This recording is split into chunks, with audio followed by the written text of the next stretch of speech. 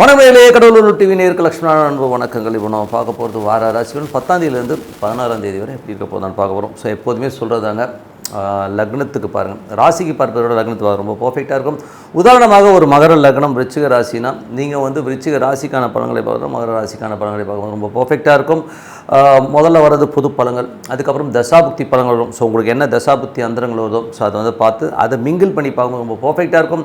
வீடியோட எண்டில் tip of the week இருக்குது, மறக்காமல் பாருங்கள். சிம்மராசி. ஸோ சிம்மராசிக்கு வந்து பார்த்திங்கன்னா உங்களோட ராசியாதிபதி சூரியன் 7 இருக்கும்போது நல்ல ஏற்றங்கள் நல்ல லாபங்கள் வர்றதுக்கான வாய்ப்பு நல்லாயிருக்கு. பட் ஒரே ஒரு விஷயம் என்னென்னா, சனியும் சூரியனும் அது ஒரே நியரஸ்ட் டிகிரியில் இருக்கும்போது கணவன் மனைவிகளும் நிறைய வாக்குவாதங்கள் சண்டைகள் வருவதற்கான வாய்ப்புகள் ரொம்ப கவனமாக இருக்கணும்.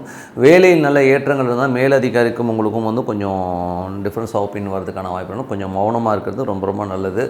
அதுக்கப்புறம் பார்க்கும்போது உங்களது 2 மற்றும் 11ஆம் அதிபதி. ஸோ 2 மற்றும் 11ஆம் அதிபதியான புதன் வந்து பார்த்திங்கன்னா உங்களுக்கு 8லும் ரொம்ப கவனமாக இருக்கணும். குடும்பம் மற்றும் நண்பர்கள் மூத்த சகோதர சம்பந்தமான விஷயம் நிறைய பிரச்சனைகள் வரும். பட் இருந்தாலும் அது ரொம்ப பெருசாக போகாது. காரணம் புதன் இப்போ சனியுடைய சார்லவும் கொஞ்சம் அதை சமாளிச்சலாம். பட் இருந்தாலும் கொஞ்சம் உஷாராக இருக்க வேண்டியது ரொம்ப ரொம்ப அவசியம்.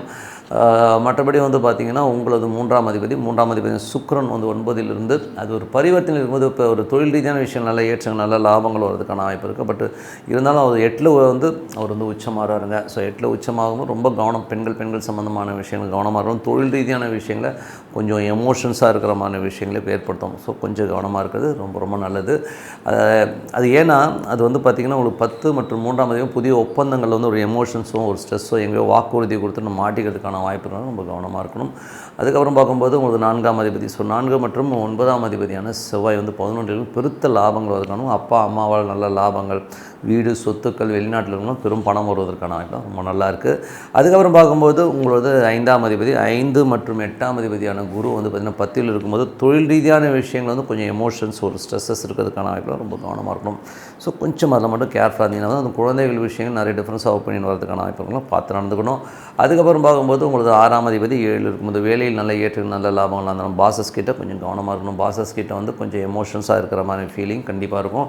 கொஞ்சம் வாக்குவாதம் வரும். ஸோ கொஞ்சம் பார்த்து நடந்துக்குங்க. கணவன் மனைவிக்கு நடுவுலையுமே அந்த ஒரு ப்ரெஷர்ஸ் வரும். ஸோ பார்த்து நடந்துக்கிறது ரொம்ப ரொம்ப நல்லது. ஏன்னா அது சனி சூரியன் ஒன்றாக இருக்கிற ஒரு காலகட்டத்தில் கண்டிப்பாக இது இருக்குங்க. ஸோ கொஞ்சம் பார்த்து நடந்துக்குங்க. அதுக்கப்புறம் பார்க்கும்போது உங்களது 8ஆம் அதிபதி. ஸோ 8ஆம் அதிபதியான குரு வந்து பார்த்திங்கன்னா தொழில் ரீதியான விஷயம் ரொம்ப கவனம் தேவை. தொழில் மற்றும் குழந்தைகள் விஷயங்கள் நிறைய வாக்குவாதங்கள் வர்றதுக்கான வாய்ப்பு இருக்கணும். ரொம்ப கவனமாக இருக்கணும். அது மட்டும் இல்லாமல் பார்த்திங்கன்னா அது வந்து ஒரு பரிவர்த்தனை இருக்கும்போது அது 8ஆம் இடமாக தான் கருதுகிறோம். ஸோ அதனால் கொஞ்சம் கவனமாக இருந்துக்கோங்க. அகலக்கால வைக்காமல் இருக்கிறது ரொம்ப ரொம்ப நல்லது. மற்றபடி வந்து பார்த்திங்கன்னா உங்களுக்கு வந்து 9ஆம் அதிபதியான செவ்வாய் 11ல் இருக்கும்போது நல்ல லாபங்கள் நல்ல விஷயங்கள்லாம் கிடைக்குது. 10ஆம் அதிபதி வந்து சுக்கிரன் தொழில் ரீதியான விஷயம் நிறைய ப்ராஃபிட் நல்ல விஷயங்கள்லாம் கிடைக்கும். புதிய ஒப்பந்தங்கள் ப்ராஃபிட் கிடைச்சாலும் கொஞ்சம் ஜாக்கிரதையாக இருக்கணும். ஏன்னா அந்த பரிவர்த்தனைங்கிறது இப்போ மாறிடும். ஸோ மாறிடுச்சுன்னா அதுக்கப்புறம் திருப்பி வந்து நமக்கு எமோஷன்ஸ் வரும். அதனால் யாராச்சும் சொல்கிறாங்க சொல்லிவிட்டு அதீதமாக கடன் வாங்குறது இதெல்லாமே தவிர்த்துக்கிறது ரொம்ப ரொம்ப நல்லதுங்க. ஸோ மற்றபடி என்னங்க இது ஒரு கேல்குலேஷன்ஸ், அந்த கேல்குலேஷன்ஸ் பிரகாரம் கொஞ்சம் அப்ளை பண்ணி பார்த்தீங்கன்னா ரொம்ப பர்ஃபெக்டாக இருக்குங்க. Tip of the week. So tip of the வீக்கில் வந்து பார்த்திங்கன்னா இப்போ நம்ம பார்க்க போகிறது பரிகாரங்கள் யாருக்கெல்லாம் பலிக்கும் பலிக்காது. ஸோ இதை வந்து மேஜராக வந்து எல்லோருமே தெரிஞ்சுக்கணும். ஸோ ஏன்னா எல்லோருமே வந்து கண்மூடித்தனமாக இந்த பரிகாரம் பண்ணுங்கள் அந்த பரிகாரம் பண்ணுங்கன்னு சொல்லுவாங்க. ஸோ அந்த மாதிரி பரிகாரம் பண்ணால் என்ன மாதிரி நடக்கும், ஸோ பரிகாரம் பண்ணாமல் அந்த பிரச்சனையிலேருந்து நம்ம எப்படி வெளியில் வர்றது, ஸோ இதை பற்றி தான் வந்து இந்த டிப் ஆஃப் த வீக்கில் சொல்ல போகிறோம்.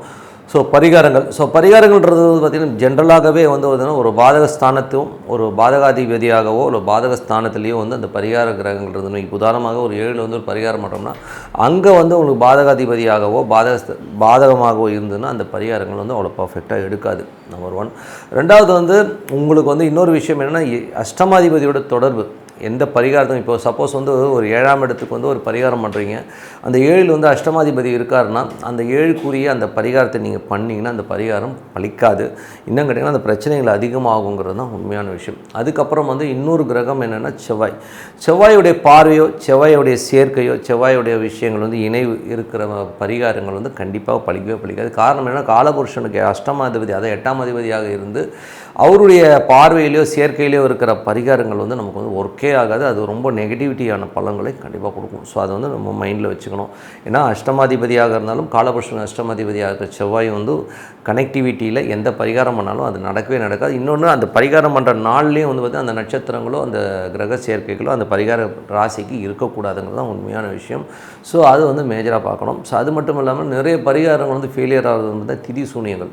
சில திதி சூனிய நாட்களில் இவங்களுக்கு திதி திரிசூனியம் இருக்கிற ராசிகளில் வந்து ஒரு லக்னமோ சந்திரனோ போகிற அந்த காலகட்டங்களில் நம்ம அந்த பரிகாரங்கள் பண்ணும்போது நமக்கு வந்து அந்த பரிகாரம் வேலை செய்யாது. ஸோ அதனால் வந்து இதை வந்து கொஞ்சம் மைண்டில் வச்சுக்கோங்க.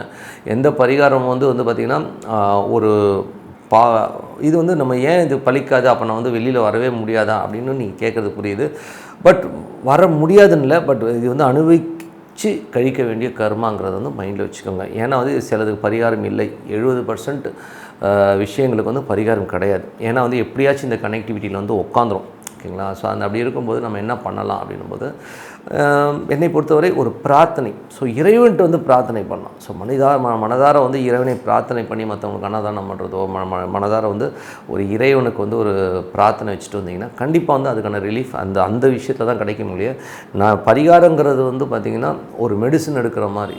ஸோ அந்த மெடிசன் எடுத்திங்கன்னா என்ன ஆகும், அது சைடு எஃபெக்ட் கொடுக்கும்ன்றதை நீங்கள் மைண்டில் வச்சுக்கோங்க. ஸோ இந்த மாதிரி விஷயங்கள் இருந்ததுன்னா இந்த பரிகாரம் ஒர்க் ஆகாது. அதே இந்த பிரார்த்தனைகள் வந்து இறைவன். ஸோ இறைவன்கிட்ட வந்து நம்ம முழுசாக ஒப்படைச்சு நம்ம வந்து இறைவனை சரணாகதி அடைஞ்சு எனக்கு வந்து நல்ல வழி காட்டுங்கிறத வந்து நம்ம பண்ணும்போது கண்டிப்பாக எப்பேற்பட்ட பிரச்சனைக்கும் ஒரு தீர்வு கிடைக்கும், ஒரு வழி கிடைக்குங்கிறது தான் உண்மையான விஷயம். ஸோ எல்லோருக்குமே வந்து அது ஒரு என்ன சொல்கிறது, இதை வந்து நீங்கள் பண்ணி பாருங்கள். ஏன்னா என்னை பொறுத்தவரை நான் நிறைய பேர் சஜஸ்ட் பண்ணுறதுன்னா பிரார்த்தனை தான் சொல்லுவேன். பரிகாரத்தை விட நீங்கள் பிரார்த்தனை பண்ணுங்கள். மனதார இறைவனை பிரார்த்தனை பண்ண அதுக்கான தீர்வு வந்து நம்ம கூடவே வந்து ஒருத்தன் வந்து நமக்கு வந்து கிளியர் பண்ணி கொடுக்கறதான் நம்ம வந்து கண்ணெதிர்க்க பார்க்க முடியும்.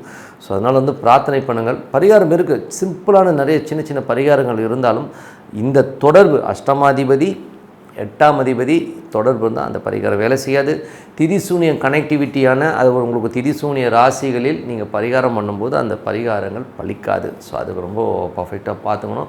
ஸோ இந்த மாதிரி விஷயங்களை மட்டும் கொஞ்சம் கவனம் வந்துங்க. மற்றபடி எல்லாமே சிறப்பு தாங்க. ஸோ நல்ல விஷயங்கள் நல்ல மாற்றங்கள்லாம் இருக்கணும்னா நமக்கு வந்து ஒரு பிரார்த்தனை அவசியம். டெய்லி வந்து நான் தான் சொல்லுவேன், நீங்கள் வந்து 3 வேளை சாப்பாடு 1 வேளை தூக்கம் எப்படி அவசியமோ இது மாதிரி மனதார இறைவனை வந்து ஒரு பிரார்த்தனை பண்ணும்போது கண்டிப்பாக நம்ம அடுத்த லெவல் போகிறதுக்கான ரொம்ப சிறப்பாக இருக்கும்னு சொல்லிட்டு உங்களோட விடைபெறுவது உங்கள் லக்ஷ்மி நாராயணன்.